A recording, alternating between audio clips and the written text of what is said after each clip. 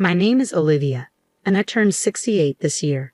At the end of last year, my husband, who I lived with, suddenly passed away from cancer, and I found myself moving in with my eldest son, Noah. Originally, my husband and I lived in the detached house where Noah's family now resides. When Noah got married and had a child, we moved to a nearby one-bedroom apartment, passing the house to Noah and his family.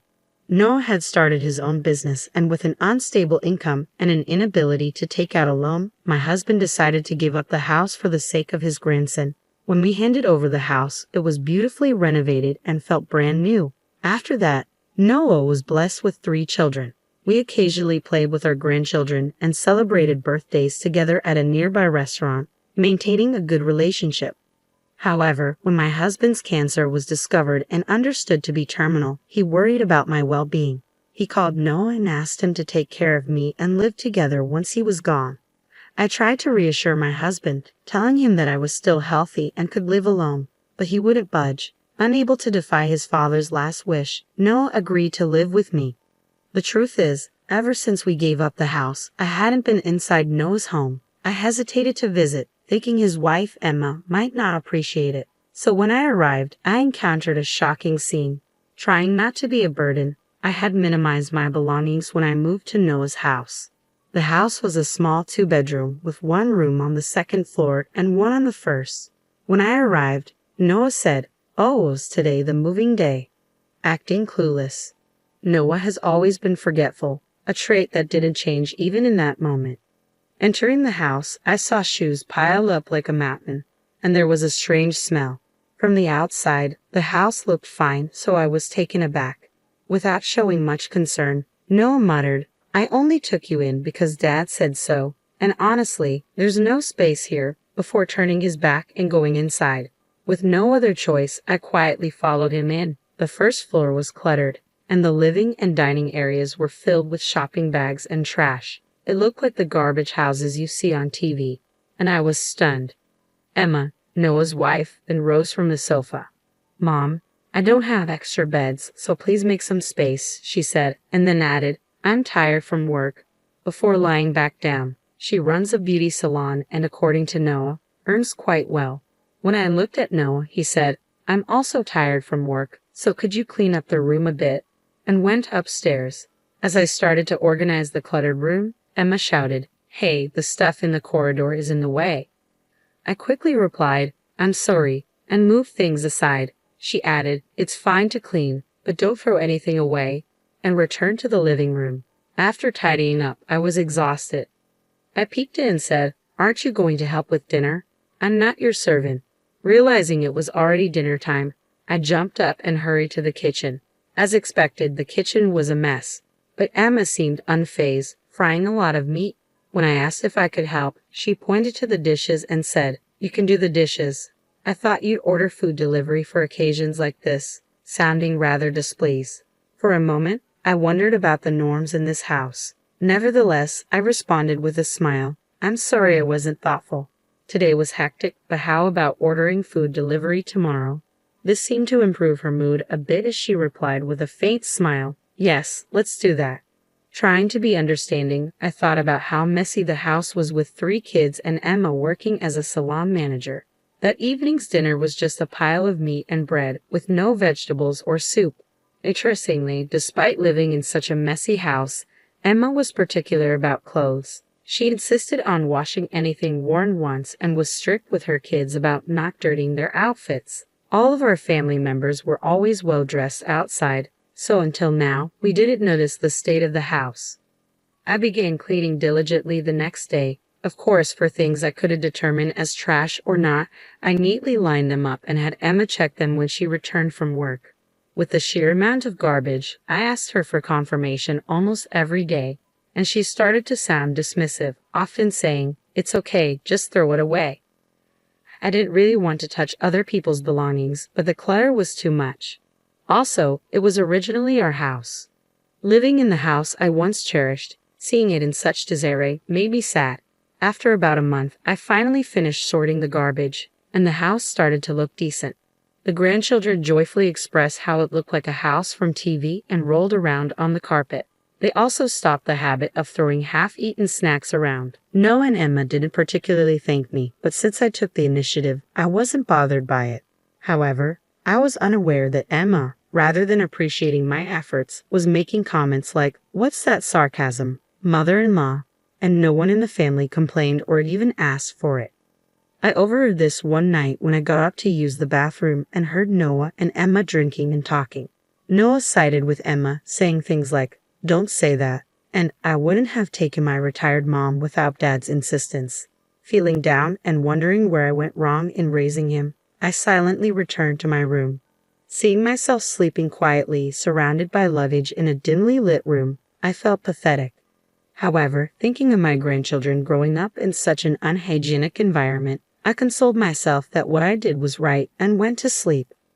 From then on, whenever I was cleaning, Emma pretended not to notice and went elsewhere. Moreover, the meals were always just meat and bread. Unable to stand it, I suggested making a stew dish and mentioned wanting to eat vegetables. Emma became upset and said, "Do as you please, but buy the ingredients yourself," and turned away. After that, she left the cooking to me and stopped cooking altogether. The grandchildren, possibly vitamin deprived, seemed to improve in complexion, enthusiastically eating fruits and vegetables. Being fond of the person who served them meals, they began to be affectionate towards me, making requests like, "Grandma, put a fried egg on the curry." One day, when Emma was out late, a grandchild crawled into my bed to sleep with me. From then on, they wanted to sleep with me even when their parents were home. This probably upset Emma even more. I ended up preparing all the meals, and this lifestyle continued for about 6 months. Then, a family trip during the summer vacation came up. My eldest son and his wife were excitedly looking at travel brochures and searching on the computer, so I assumed I'd be staying behind and was actually relieved. However, my eldest grandchild suddenly approached and insisted, "Grandma's coming too, right?" Despite their reluctance, they agreed since the child was a dement. Emma, clearly displeased, tasked me with preparing breakfast boxes and doing laundry, emphasizing that it was the least I could do since I was invited. The trip involved a car journey, but being elderly, I frequently needed restroom breaks, which visibly irritated Noah and Emma. The grandchild who had insisted on my accompanying them started to rush the journey. When Noah reprimanded the child, saying it was their fault, the child began to cry loudly. The car's atmosphere worsened with Emma muttering complaints amid the traffic jam. Upon reaching the amusement park, I distanced myself, saying, "I'll be at the cafe, you all have fun." When the children cheered up and ran to the rides, Emma came back to remind me explicitly to pay for my own expenses. The amusement park didn't seem like a place for an elderly person, and the cafe began to get crowded, so I, feeling guilty, stepped outside and mindlessly sat on a bench. Though I had worn a hat as a precaution, the midsummer sun was harsh. Before I knew it, I found myself in the amusement park's medical room. I overheard my elder son and his wife being scolded by someone who looked like a doctor. "How can you just leave an elderly person alone like that?" It seemed I had a mild heat stroke. Usually, I'd be fine, but having prepared lunch and done laundry from early morning, followed by the long ride, had taken its toll. I must have been more exhausted than I realized. My eldest son and his wife looked clearly upset and decided to head back to the hotel with me. After checking in and leading me to the room, they told me, "Please don't cause any more trouble. We shouldn't have brought you. We'll be out playing tonight. Just eat something or whatever." And then they left for the amusement park again. Feeling dizzy, I laid down in the quiet room and began to ponder what I was doing with my life.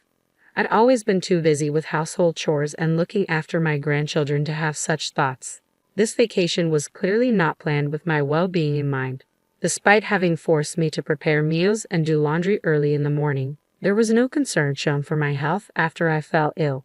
I gazed at the ceiling and thought, if I were to grow old and fall seriously ill, they would probably leave me unattended like this. Even now, when I manage the household, I'm treated as a burden. I realized I had harbored hopes for the son I bore with such love and pain, but those hopes were misplaced. I decided I might need to prepare myself for the worst and drifted into sleep. Around 6:00 p.m., I heard my grandchild's voice. "Grandma, are you okay?" Emma looked at me with concern. She seemed to have come back from the amusement park early because she was worried about me. Behind her, her parents were whispering amongst themselves. Emma said, "Mom, Dad, I need to talk to Grandma. Can you stay with the kids for a bit?" Since there were play areas in the hotel, she took the younger children with her. Once they were gone, Emma snapped, "You should know better. Isn't it a luxury for someone like you to be on vacation? You should go home and clean since you're so good at it." The trip was planned for 2 more days, including visits to the amusement park, botanical gardens, and museums. I had thought I could partake in the rest of the trip. I asked, "Do you want me to go back now by train?" My innocent question was met with anger. My elder son replied, "What else do you expect? We only took you in because of Dad's last wish. Don't think you can freeload on the vacation." That statement solidified a vague resolution that had been forming in my mind. I should cut ties with them. I got up, packed my things, and asked the front desk to call a taxi. My grandchildren noticed and came over. I thought this might be our last meeting, so I said, "I'm not feeling well, so I'm going home early. Enjoy yourselves." They seemed to sense something was amiss, but simply replied with a smile, "Okay, get well soon." I gave the taxi driver my home address. He asked, "Are you sure you want to go that far?" I showed him my platinum card and asked if it was all right to pay with it. He thanked me and drove me home quietly, ensuring I was comfortable. Once home, I began to clean. I decided to move back to my old condo, which was up for rent, but fortunately still vacant. The next day, after packing my belongings, I left my son's house and called a real estate agent. I said, "I want to sell that house." A week later, my son was furious on the phone after a disagreement with the real estate agent who came for the house's evaluation. I went to their house and calmly said, "I've decided to cut ties with you guys, so I've also decided to sell this house. After all, the key to cleaning is to throw away unnecessary things." Both my eldest son and Emma looked puzzled, exclaiming, "Wait, wasn't this Dad's house? I should have inherited it from his estate. This is supposed to be my husband's property, right? What the hell are you doing? Have you lost your mind?" I sighed and asked my eldest son, "You say you inherited it through the estate. Do you remember changing the ownership of this house?" He hesitated. "No, but I just assumed it became mine." "That's not the case," I said. I replied, "Because this house is under my name." The two of them looked baffled, asking, "What do you mean?" "That's what I mean," I continued. "Also, prepare yourself because I'm going to stop the financing to your company." Financing? What are you talking about? My son's forgetfulness had always been a problem, but this was truly astounding. "Don't you remember?" I asked. "Every month I've been transferring money to your bank account. It was under the agreement that you'd use it for business expenses." Noah turned pale and stammered, "I thought that money was what Emma earned." Emma was also shocked and confronted Noah. "You weren't the one earning it?" When Noah and Emma got married, he didn't have enough capital, so being fond of my grandson, I decided to provide financing. Since it would likely be considered an inheritance if it was under an individual's name, I set up a personal asset management company to make the investment. I believed I had explained it to Noah properly. However, since he started his business around the time he got married, as time passed, he must have mistaken it for Emma's income. Coincidentally, the name of the company sounded similar to Emma's beauty salon, which probably added to the confusion. Noah then suddenly exclaimed, "Wait, there were investments even after Dad passed away. So it's not Dad's company." "I've been telling you, I'm the CEO of that company," I responded. Noah was stunned, looking at me as if a vision had just been shot. Emma was equally shocked, her mouth agape. I kept silent because I didn't want to interfere, but now things have changed, I explained. "I didn't want to tarnish your father's reputation, but the one who had the assets was me," I continued. "My parents were wealthy. We got married almost against my parents' wishes. Noah, you never met my parents, but over time, we reconciled, and I inherited their assets when they passed. This inheritance was considered personal property, so it didn't become joint property with your father." Noah exclaimed, "Wait, what? Hold on, wasn't it something Dad had?" "As I've told you repeatedly, your father had almost no inheritance," I replied. It was natural to assume that one would inherit from their father, so knowing Emma's confusion was understandable. However, thinking one would inherit without any formal procedures makes me doubt my son's intellect. Initially, the reason Noah started his business was that he'd get fired wherever he worked. Noah would say, "They just don't see my worth." We weren't sure how to help, but we thought that letting him have free rein with the inheritance wouldn't end well, so we kept providing capital and loans. Noah mistakenly thought of it as Emma's income, and used it for living expenses and his business.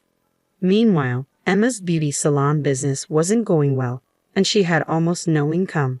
However, she seemed to be carelessly relying on Noah's perceived earnings. Noah said, "I thought I was going to inherit this house. I always listened to what Dad said." Emma exclaimed, "Wait, wasn't this house under your name?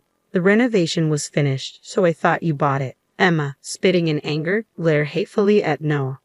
I was utterly exasperated with the two of them.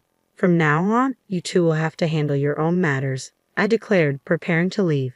Just then, Emma grabbed my shoulder tightly. "Mother-in-law," she trembled, "don't you care about your precious grandchildren?"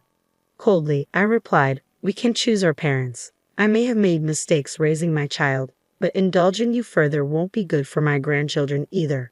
With that, I left. Behind me, Noah and Emma were bitterly blaming each other. "It's your fault. What about you?" In the end, the house was sold. Lacking operational funds, Noah's business went bankrupt shortly after, and the couple divorced. Neither of them wanted custody, so I became the guardian of their children. As for Noah and Emma, they disappeared, and I have no idea where they are or what they're doing. With proper discipline, the oldest grandchild learned to cook, the middle one picked up cleaning, and the youngest mastered tidying up. They seem to have learned that they must fend for themselves. Now, without my intervention, the three of them cooperate and handle household chores efficiently. They likely regard their parents as cautionary tales. I'm grateful that I was able to pass on essential lessons to my grandchildren. Besides their housework and studies, they also care for me.